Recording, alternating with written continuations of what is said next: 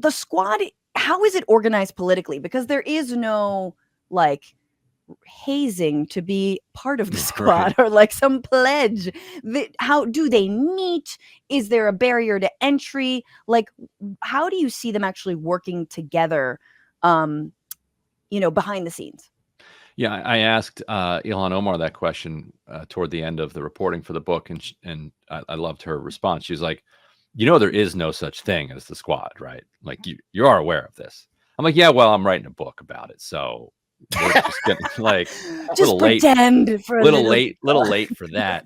Now, in the first half of 2019, which is the first year that they served in Congress, actually maybe say the first year through a lot of that first term, the staffs of the squad, which at the time there was no debate about who was in it. It was these four members, the ones you named, and they would text each other, but the staff would circulate ideas to other members of squad. Like that was they understood that was a kind of a 4-person base that they could start with. There's one story in there where AOC's staff had a particular idea. They circulated it to the rest of the squad. They couldn't get any support. And they're like, well, we're just gonna have to do this alone. But like their first instinct was, we're going to circulate this to the squad. And it was not demanded that if somebody was in the barrel, you were required to get in the barrel with them. Because, the 3 of the 4 of them spent most of like that first 2 years, like alternately in different barrels for different things, getting blasted by, whether it's Nancy Pelosi or Steny Hoyer or Josh Gottheimer or Donald Trump telling them to go back to their country. Most absurd thing ever. Also, one little nugget I realized when going back over that, they need to go back to their country. Trump was clearly watching this Netroots Nation panel. He probably saw a clip of it on Fox News. The panel did not have all of the squad members. It had Deb Haaland as one of the members on the panel. So not only are these like, is it offensive and ridiculous because these are American citizens, but literally Deb Haaland's Native American. But I don't think Fox didn't mention her, and maybe Trump didn't realize that she was on the stage. But it's just an extra delicious irony. Sure. Go back to her country. He's had a lot of history of attacking Native Americans. That's true. He was really mad because he was fighting them over casino rights or something. Yeah. Jesus. Well, okay. Knowing that the squad isn't like an organized body, but like, so which I think is really important to know. Can you just tell us, like, assess their power, their relative power in Congress? For us, like, how do they actually operate? Like, what do you think their actual influence and power is? We know what they're for: Green New Deal, Medicare for all, not taking corporate PAC money, working class bread and butter issues. But I guess sort of like assess them, because we have this broad discussion on the left, which is like, why can't the squad do this? Why can't we have Medicare for all yet? And there's sort of a misunderstanding about what their role, the amount of power they actually have. Yeah, and there was a suggestion from AOC after she won her primary that perhaps she would form, when she got to Congress, what she called in an interview with Daniel Denver, a sub-caucus. Yeah. And her analysis was the Progressive Caucus doesn't have any litmus test to join. If a member wants the label of progressive because he or she thinks it'll help them in their district, they can just write a $5,000 check from their campaign and they're in the Progressive Caucus. Boom, done. Right. Like that's it. Now since Pramila Jayapal took over, there are actually some basic requirements that you have to meet. But at the time there were none. And so she floated, and she also said, the number, the scale of it makes it unwieldy. 90 people, like you can't move that fast. And also it's, your threats are not as credible if all 90 are saying that they're going to vote no on this thing. It's like, I know you're not. We're gonna break off all of you one by one. Yeah. Which is why there's the Republican Study Conference on the one hand, which is the giant group of conservatives, which is kind of the parallel to the Progressive Caucus on the Republican side, and then there's the much smaller Freedom Caucus, which has like 24 members. Yeah, I never even heard of the Republican Study Caucus. I feel like that's like study. They study? Well, it goes back to like the 80s where they had these study groups that then developed into these little blocks inside churches. Congress. Yeah. Uh-huh. And so, but the Republican Study Conference, the RSC, that's kind of like if you are a strong conservative, but you're not like a hard line right winger. Sure. And basically like if you're a progressive caucus, but you're not in the squad. Yeah. But there was a lot of fear among House Democrats that she was going to create this sub caucus and that it was going to create a lot of internal turmoil and infighting, and there was pressure not to create it. And there was a time in 2019 where the squad could have said, we're going to form something like this sub caucus where we're going to, try to use what leverage we have, and we're going to stick together and vote no on things and, blow things up until we get our way. They ended up never doing that.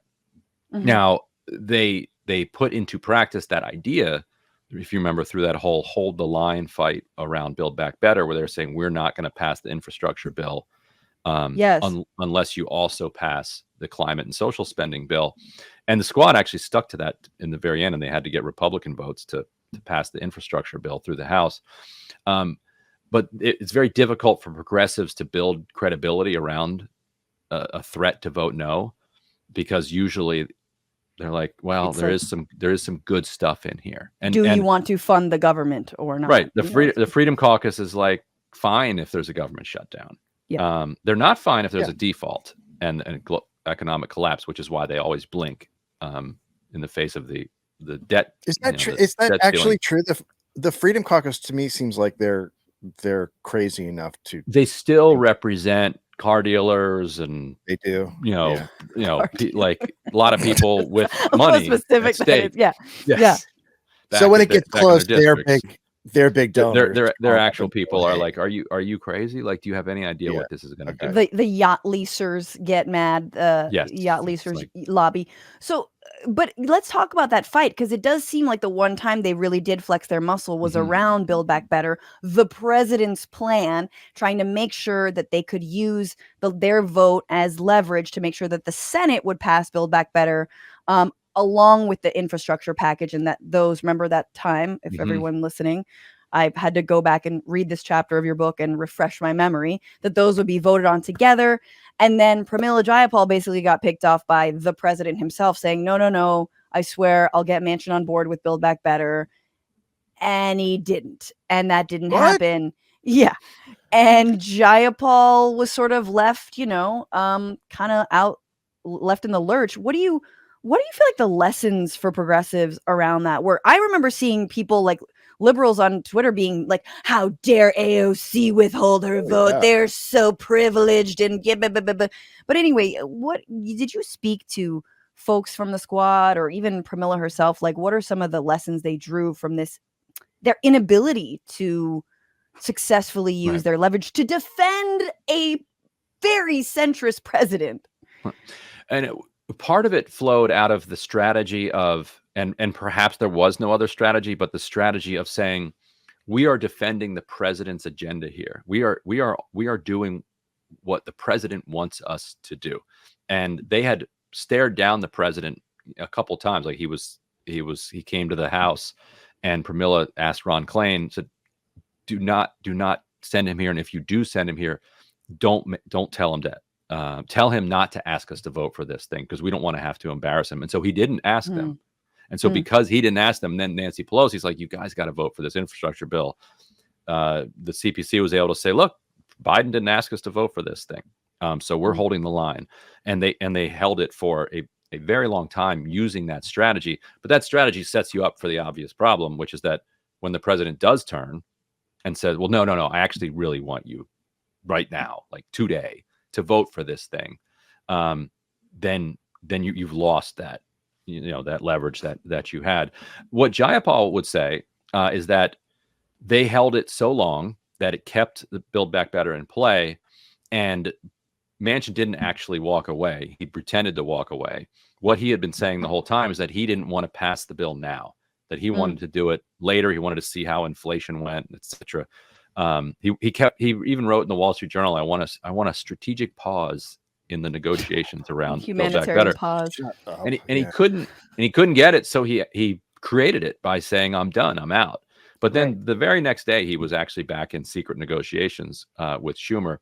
So, which then resulted in the 300 plus, $1 billion climate spending. They took all of the housing stuff out, which is just, it's wild to think like the biggest crisis that, regular people are facing is in housing. Like the people can't afford rent. People can't, if they're in a home, they're stuck in that home. They can't. I just looked today and I was like, nope, never leaving. I do periodically. Yeah, no. I'm like, where could I go? Nope, never leaving. Yeah, it's completely broken. They had a gigantic, hundreds of billions of dollars and plus policy dedicated toward affordable housing, and Manchin's like, no, my price to get back in is this goes.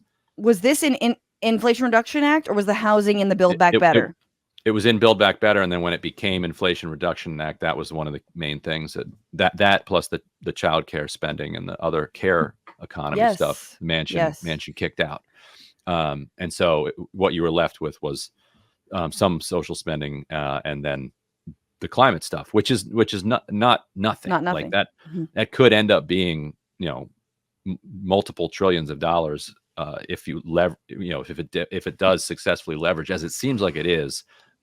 Private investment from the sidelines by subsidizing, clean energy to make it competitive with the massively subsidized, fossil fuel energy. So Jayapal would say that they held the line long enough to make that happen. The squad would say we threw away our leverage and we could have kept going just because Biden demanded that we.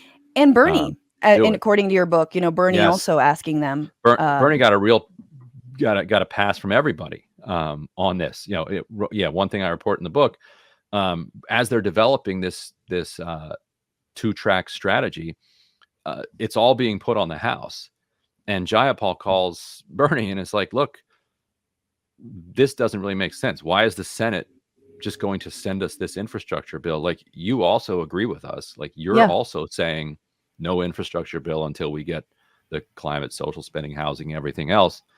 So help us out here, like vote no. Like, if all of the progressives in the Senate vote for this thing, like, how are we going to explain voting no on it?